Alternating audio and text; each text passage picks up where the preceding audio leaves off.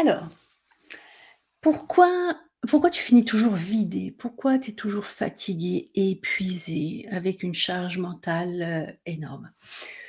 On va aller voir ça aujourd'hui. Donc en fait, souvent, tu donnes et au final tu es fatigué, frustré, pas reconnu. Hem et ce qui est important que tu apprennes ou que tu comprennes, si tu le sais pas encore, c'est que, c'est pas de ta faute. Tu fais pas exprès. En fait, c'est juste un jeu psychologique inconscient et tu es dans la posture du sauveur. Donc aujourd'hui, je fais un focus sur le sauveur, pardon, parce qu'en fait, le sauveur pourrit toutes nos relations. Que ce soit au travail ou à la maison, dans le couple ou avec les collègues ou avec les amis, le rôle de sauveur nous pompe toute notre énergie. Ce qui est important de comprendre, c'est que les jeux psychologiques et le rôle de sauveur, on l'a tous, parce qu'en fait, un c'est un jeu, auquel joue alors quand je dis jeu, c'est inconscient. En fait, c'est un enjeu relationnel, que va nourrir notre Cro-Magnon. Notre Cro-Magnon, toujours pareil, c'est notre partie archaïque, hein, qu'on a tous, hein, à travers le monde, hein, qu'on soit, de n'importe quelle nationalité, homme, femme. On a tous notre Cro-Magnon qui, en situation de stress, va s'activer. Quand il sent qu'on est attaqué ou qu'on risque d'être blessé, il va s'activer, il va prendre le pouvoir, il va prendre le contrôle sur nous et on ne s'en rend pas compte. C'est pour ça que des fois, on est dans des situations où on est bien dans notre tête dans notre tête et nos baskets et il se passe quelque chose qui vient nous décentrer, nous désaligner et on est invité à jouer avec l'autre, à jouer inconsciemment. C'est pour ça que je parle d'enjeux relationnels inconscients qui ne sont plus forts que nous et qui nous pourrissent la vie. Donc dans le triptyque victime, persécuteur, sauveur, aujourd'hui je fais un focus sur le sauveur. Pourquoi? Parce qu'on a tous un sauveur en nous, on est programmé pour prendre soin, alors une grande, grande majorité d'entre nous, on est programmé pour prendre soin du plus faible. Hem, sauf que sauf que sauver l'autre, c'est pas aider l'autre, c'est pas accompagner l'autre, c'est prendre en charge l'autre. C'est pour ça qu'on a une charge mentale qui augmente parce que, par exemple, si je prends un exemple en amitié, je me rends toujours disponible pour mes amis quand bien même je suis fatiguée, épuisée, j'ai besoin de me reposer ou j'ai besoin qu'on prenne soin de moi, je vais toujours dire oui parce que je sais pas dire non. Pourquoi? Parce que, comme j'ai peur d'être abandonnée, pas aimée, tout ça c'est bien inconscient bien sûr, je vais me retrouver coincée et du coup, je vais me rendre tout le temps disponible. Si mon ami a besoin d'aide, je vais tout le temps me porter volontaire. Le souci, c'est que je vais me porter volontaire pour mon amie, parce qu'elle a besoin d'aide, parce que je crois qu'elle a besoin d'aide et qu'elle a besoin de moi, mais je vais pas prendre le temps de vérifier à l'intérieur, est-ce que c'est OK pour moi? Donc je vais dire oui à l'autre, mais en fait, je vais être en train de me dire non à moi et pendant ce temps-là, je prends sur mes sur ma batterie intérieure, mon énergie intérieure que je vais vider pour aider l'autre. Si je prends maintenant un exemple au niveau du travail, hem, je vais dépanner tout le monde, je vais être, la bonne collègue qui trouve toujours des solutions et tout et tout. Donc on va venir me solliciter, donc ça va quelque part flatter mon ego parce que, je me sens indispensable. Mais le jour où je craque, il y a personne pour m'aider. Ou alors si je suis quelqu'un de solide, on va me dire: «Ah non mais toi Valérie, de toute façon, toi tu réussis tout, tu es toujours là pour les autres, tu as pas besoin toi, toi tu es, super». Bon. Dans le couple, je vais tout anticiper, je vais anticiper les vacances, je vais anticiper les courses, je vais anticiper, donc je vais avoir la charge mentale et je vais reprocher à l'autre, de pas prévoir les vacances par exemple, ou de pas faire les courses, ou de pas penser au repas. Parce qu'en fait, moi je suis programmée. Alors je dis «je», mais c'est tout le monde, hein, c'est pas moi personnellement, mais avant je l'étais, hein, donc c'est pour ça que je suis très à l'aise pour en parler. Moi, j'étais en mode sauveuse de l'humanité et ça m'a joué des tours et j'ai failli y laisser la santé. Donc c'est pour ça que j'accompagne maintenant vraiment les personnes avec des outils concrets, des clés de compréhension concrètes pour gérer au moins 80-90 de ce qu'on rencontre dans la vie au quotidien, de façon à être autonome parce qu'on n'a pas appris à vivre notre vie, on n'a pas appris à, justement à sortir des jeux psychologiques et à bâtir la vie qui nous va bien. On n'a pas appris à relationner en sécurité et en conscience. Donc c'est pour ça que c'est important, bah, d'apprendre à un moment, parce que le rôle de sauveur, c'est impossible sur la durée.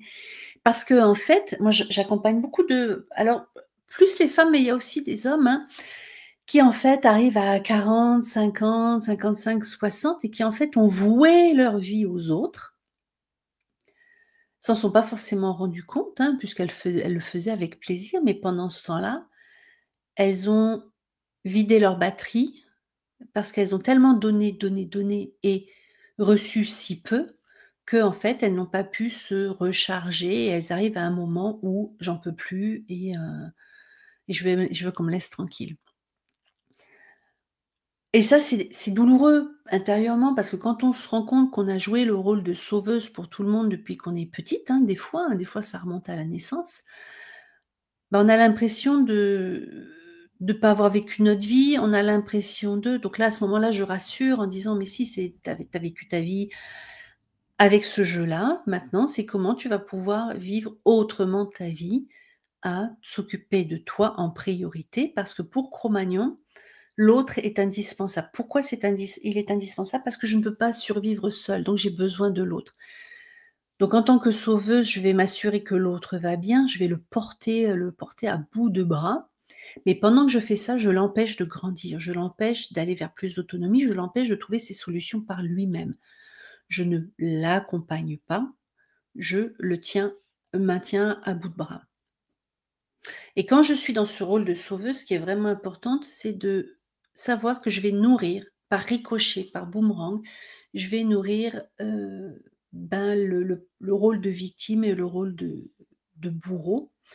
Parce que, par exemple, si par exemple je suis une maman surengagée, qui a tout donné pour ses enfants, qui a mis de côté sa carrière professionnelle, qui a vraiment tout donné pour ses enfants.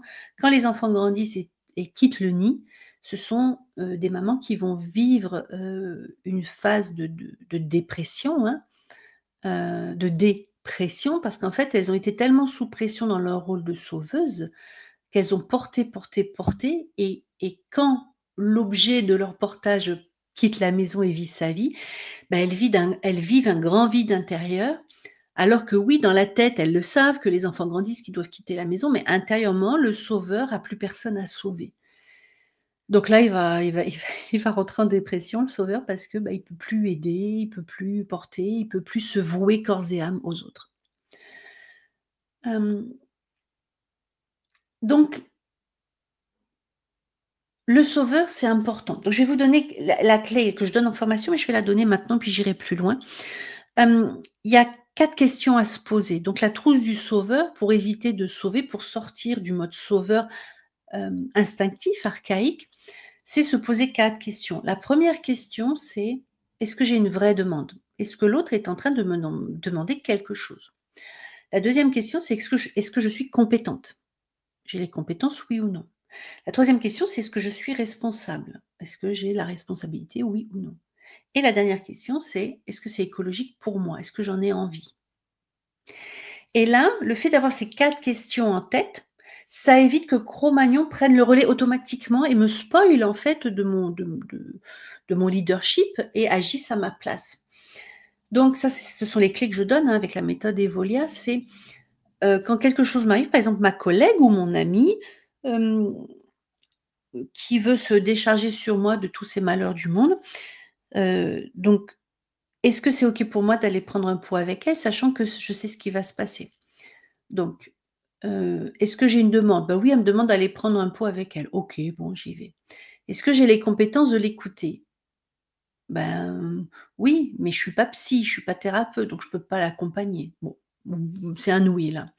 Est-ce que c'est de ma responsabilité? Bah, est-ce que j'ai une vraie responsabilité par rapport à ma copine? C'est pas sûr. Est-ce que j'en ai envie? Si je suis fatiguée, crevée, bah, non, j'en ai pas envie. Donc si j'ai 4 oui, je peux y aller, je vais le faire en conscience, je vais accompagner l'autre en conscience, il y a pas de souci. J'ai un oui, enfin j'ai 3 oui, un non, il faut que je fasse attention où est le non parce que je vais me prendre un boomerang. Si par exemple, je commence, comment dire? Essayer de l'aider alors qu'elle m'a pas fait de demande et qu'elle, elle voulait juste prendre un café avec moi, je vais mettre en place, je vais nourrir ce jeu psychologique victime, persécuteur, sauveur. Donc ça, c'est bon pour personne. Donc ce qui est vraiment important, c'est avant de dire oui à l'autre, c'est vérifier est-ce que je me dis oui à moi-même et se poser ces 4 questions. Est-ce que l'autre est en train de me demander quelque chose de concret ou pas? Est-ce que j'en ai envie et tout et tout? J'irai plus loin plus tard. Donc ce qui est vraiment important d'ancrer là aujourd'hui, c'est que donner sans te respecter, c'est pas de l'amour, c'est un rôle que tu tiens. Ça, c'est vraiment, vraiment important. Hem, je vais m'arrêter là pour aujourd'hui et si tu veux aller plus loin, je t'encourage vraiment à t'inscrire au programme que je vais lancer le 8 octobre, où je vais donner toutes les clés. Je vais revenir sur cette, boîte, sur cette, trousse du sauveur et bien d'autres outils pour vraiment décompresser et sortir de ces jeux psychologiques définitivement. Bye bye.